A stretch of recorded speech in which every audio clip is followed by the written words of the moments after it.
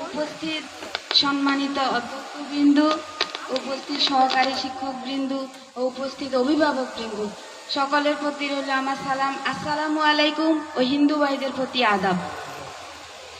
আমি আসলে দীর্ঘ প্রায় 12-13 বছর হবে এই স্কুলের সাথে আমার সম্পর্ক, যাতায়াত। আমার কলিজার টুকরা 2টা সন্তানই এই স্কুলে পড়াশোনা করতো। পরে এখনো আমার মেয়ে 5ম শ্রেণীতে পড়ে। এবার এই স্কুল থেকে আল্লাহ রহমতে বিদায় নিয়ে যাবে অন্য জায়গায় আপনাদের দোয়ায়। আর আমার ছেলে এখান থেকেই 5ম শ্রেণী পাশ করে এনএন স্কুলে পড়তেছে। এবার আবার 26 সালে ও এসএসসি পরীক্ষা দিবে। আপনারা সকলেই ওর জন্য দোয়া করবেন।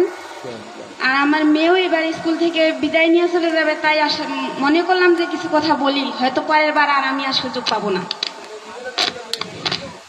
এইখান থেকে 5ম শ্রেণী পাশ করে চলে যাবে, পরে সেটা দেখা যাবে। এখন আমি এটা গতবারে আমি মতামত প্রকাশ করছিলাম যে এখানে 6ষ্ঠ শ্রেণী খোলা হোক, তাহলে আমাদের সন্তান বাইরে যাবে, এটা নিয়ে পেরেশানি, চিন্তা, দুশ্চিন্তা এটা আর আমাদের হবে না। এইখানে যে আমরা বাচ্চাদেরকে দিয়ে যে শান্তিটা অনুভব করছি, দুশ্চিন্তা মুক্ত থাকছি, এইখানে থাকলে সেই দুশ্চিন্তা মুক্ত আমরা আবার থাকতে পারবো 5টি বছর, দীর্ঘ 5 বছর। এই স্কুলের যে নিয়ম কানুন আমাকে এতই অভিভূত করছে যে আমার 2টা বাচ্চাই আমি এখানে পড়াশোনা শেষ করলাম। এর কিছুদিন আগে আপনারা জানেন যে বৃত্তি পরীক্ষা নিয়ে যে একটা বিরাট একটা চললো, যেমন আমার বাচ্চা বৃত্তি পরীক্ষায় অংশগ্রহণ করতে পারবে না। এজন্য প্রথমত কিছু একটু মন খারাপ ছিল, পরে সেটা সান্ত্বনা দিয়ে দিছি যে এই বৃত্তি পরীক্ষার রেজাল্ট দিয়ে হয়তো পরবর্তী জীবনে উন্নতির কোনো জায়গায় যাইতে পারবে না।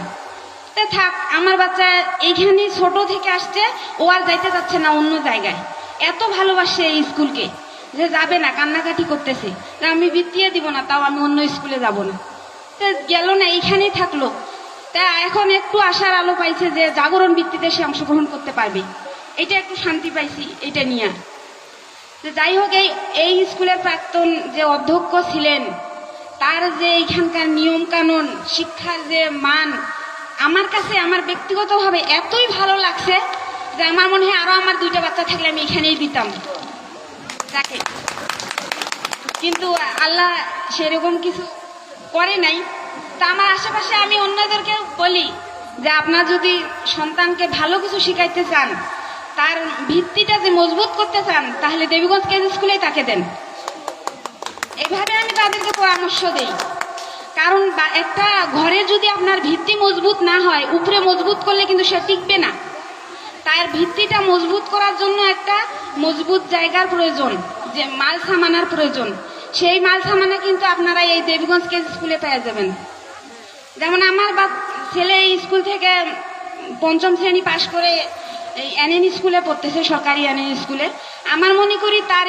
আমি মনে করি তার যে ভিত্তিটা মজবুত হয়েছে, সেই মজবুতের এই ফলাফলগুলো আমি এখন ওই স্কুলে পাচ্ছি।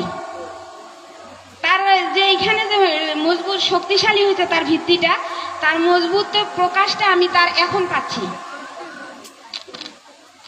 তাই আমি সেটা নিয়ে আর বেশি কিছু বলবো না। তবে আমি চাই আমাদের যে নতুন নবাগত যে আমাদের স্যার এসেছেন, অধ্যক্ষ স্যার, তার কাছে আমার এইটাই অনুরোধ, স্কুলের যে আগে যে মান ছিল, শিক্ষার যে পরিবেশ ছিল, তা যেন সে বজায় থাকে। আবার আশা করি এর থেকে যেন উন্নতি হয়, অবনতি যেন না হয়, এই আশা ব্যক্ত করতেছি। আর আমার ইচ্ছায় আমি এর আগের বছরই জানিয়েছিলাম যে এইখানে 7ম শ্রেণী খোলা হোক, তাহলে আমি আর আমার বাচ্চা নিয়ে আর এত দুশ্চিন্তা করব না। তবে এই সিদ্ধান্তে আমি একমত। আপনারা সবাই সহযোগিতা করেন, তাহলে এই প্রস্তাবটা বাস্তবায়ন করা সম্ভব হবে। যদি আমরা কেউ সহযোগিতা না করি, তাহলে কিন্তু এই পাঠটা আর বাস্তবায়ন করা সম্ভব হবে না। কারণ অন্য স্কুলের বাচ্চারা এখানে আসতে যাবে না বেশি, যদি আমরা তাদেরকে সহযোগিতা না করি। আমি আর বেশি কিছু বলবো না। এখন আমি আমার বক্তব্য শেষ করছি। আবার সবাইকে আসসালামু আলাইকুম ও আদাব।